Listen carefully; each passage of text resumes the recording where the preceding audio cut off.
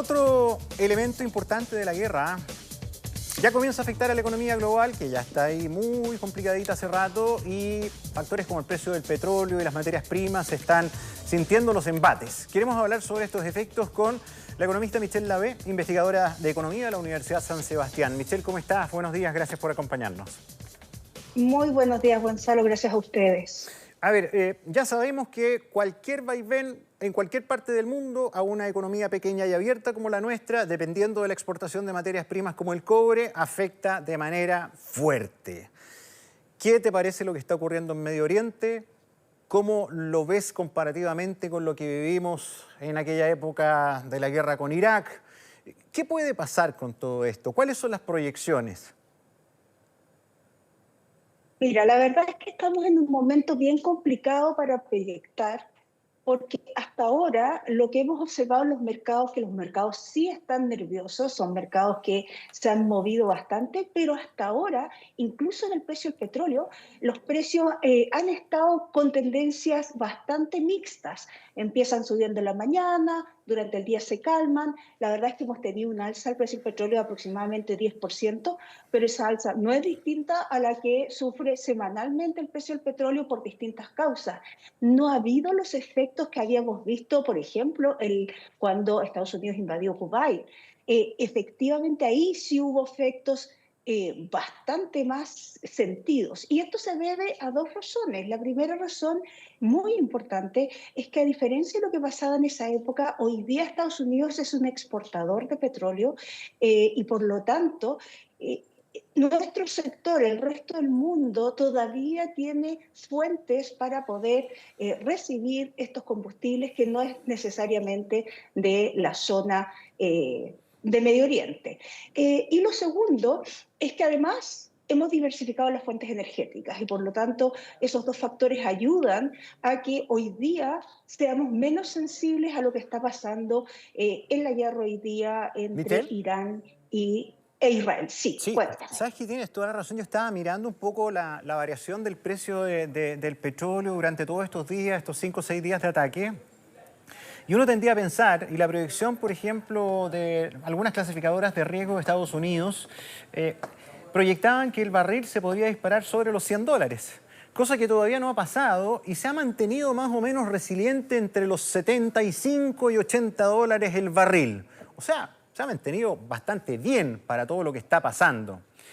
El problema es que la materia prima y el cobre sí se ha pegado a un bajón relevante y eso significa bastante menos, ¿cuántos son? 50 centavos de dólar, son no sé cuántos millones de dólares que Chile deja de percibir para sus arcas fiscales.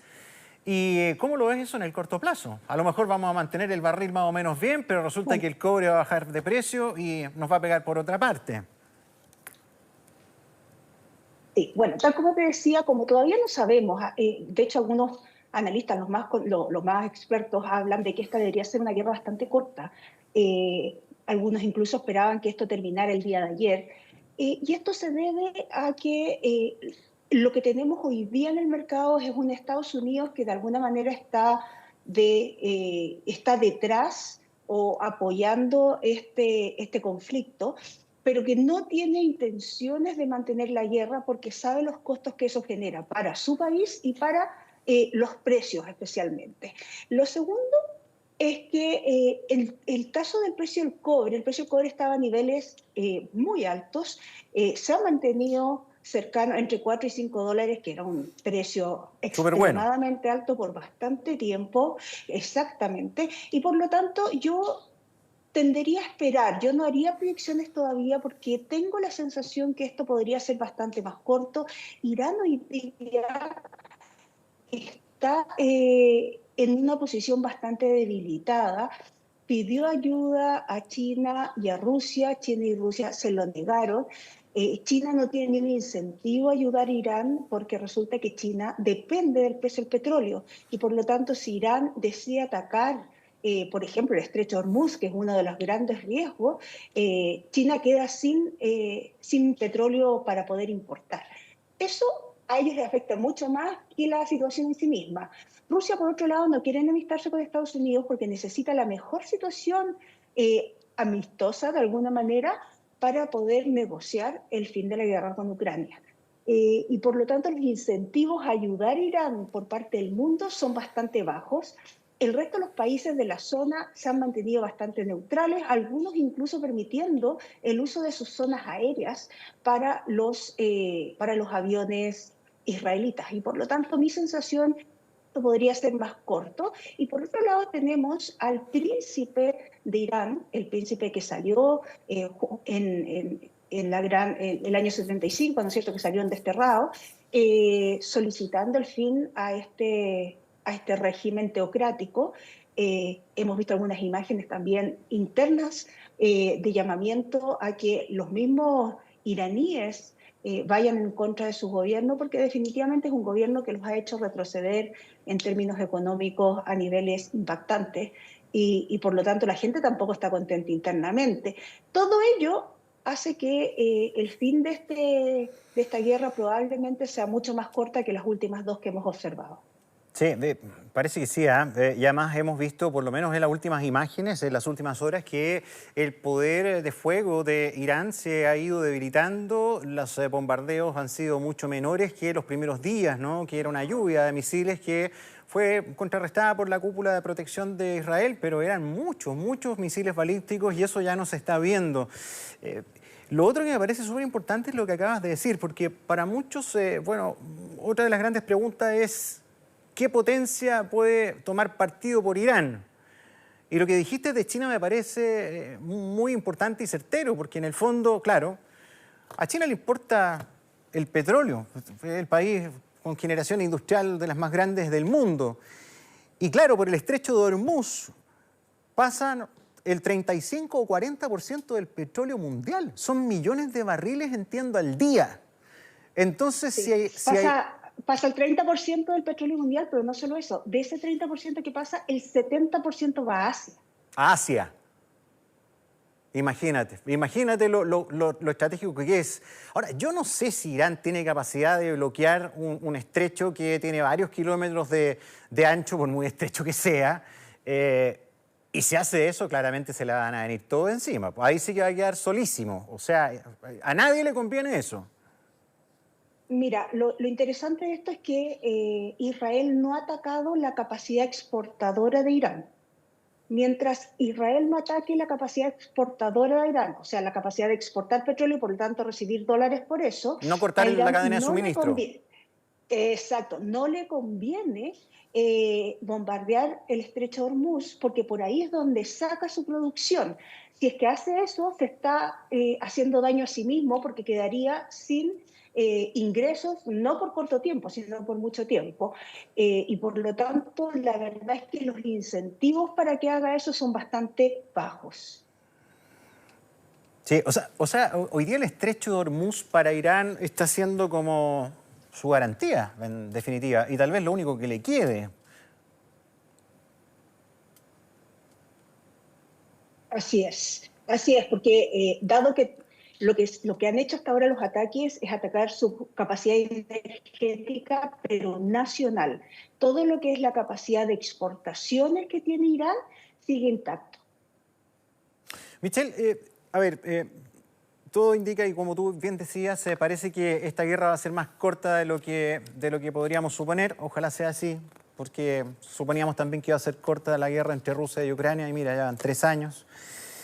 Y además que el Medio Oriente siempre ha sido un polvorín, siempre están en conflictos. Pero, ¿cuál es el principal riesgo para Chile si es que esta guerra no es tan corta? Porque me acuerdo cuando empezó la guerra de Ucrania, que la veíamos tan lejos, tú no te dejas de conmover porque hay tanta gente que muere, pero resulta que nos empezó a pegar en el bolsillo en productos tan básicos como el aceite. Entonces tuvo distintos impactos en nuestra economía que se hicieron sentir. La prolongación de esta guerra, ¿qué riesgos puede tener para nuestra economía? Mira, tiene muchos menos efectos que lo de Ucrania. Ucrania teníamos a dos países en guerra con dos exportaciones muy importantes para el mundo. Por el lado de Ucrania y Rusia teníamos que todas las exportaciones de trigo y otras leguminosas, ¿no es cierto? Otros tipos de maíces. Y eso generó efectos importantes porque lo que hizo Rusia fue atacar directamente los sembradíos ucranianos y barrerlos. Y por lo tanto lo que le pasó a Ucrania es que se quedó, es como si en este caso Israel atacara las petroleras, o sea, atacara de donde se sacan el producto que se exporta. En el caso de Rusia, lo que se hizo fue generar sanciones a Rusia que implicaron que no podía exportar el petróleo que mandaba hacia el mundo, siendo Rusia uno de los grandes exportadores de petróleo, y por lo tanto tiene ese segundo efecto. En este caso, Israel no exporta petróleo ni ningún tipo de bien así commodity como estos, y en el caso de Irán, que sí exporta petróleo, la producción es bastante menor porque acuérdate que lleva sancionado por mucho tiempo, y por lo tanto los efectos a nivel de commodities serían mucho menores que los que sigue teniendo todavía impacto en el caso de Rusia y Ucrania. Bueno, vamos a estar muy atentos a ver qué pasa. Finalmente, Michelle, ¿qué pasa con el dólar, que también nos afecta con tanta cosa que compramos desde fuera? Mira, el dólar hasta ahora ha estado bastante móvil, o sea, móvil, se ha movido mucho, pero fíjate que se ha mantenido en torno a los 940 pesos por dólar, y eso se debe a que, de alguna manera, los mercados están descontando que esta guerra no va a tener efectos importantes en la economía mundial. Si es que llegara a prolongarse un poco más la guerra, lo que podría pasar, lo que podría llegar a pasar, que incluso ya no está pasando ni siquiera en el caso de la guerra de Ucrania o en el caso de Gaza e Israel, es que aumenten los premios por riesgo y eso haga que los flujos se vayan a Estados Unidos y por lo tanto el dólar suba de valor. O sea, que el peso se deprecie o que suba el tipo de cambio nuestro. Sin embargo, lo que hemos visto, por ejemplo, en la mañana de hoy es que el dólar empezó con pequeña tendencia a la baja, luego subió un poco, pero no hay una tendencia clara.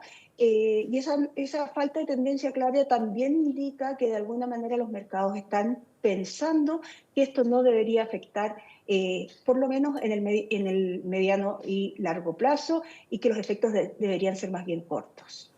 Muy bien, Michelle Lavé, muchísimas gracias como siempre por colaborarnos con el análisis económico, mirando, ¿verdad?, lo que pasa en Medio Oriente y su potencial efecto. Todo depende de cuán larga sea este enfrentamiento, que parece que va a durar poco, ojalá así sea. Michelle, gracias por tu compañía.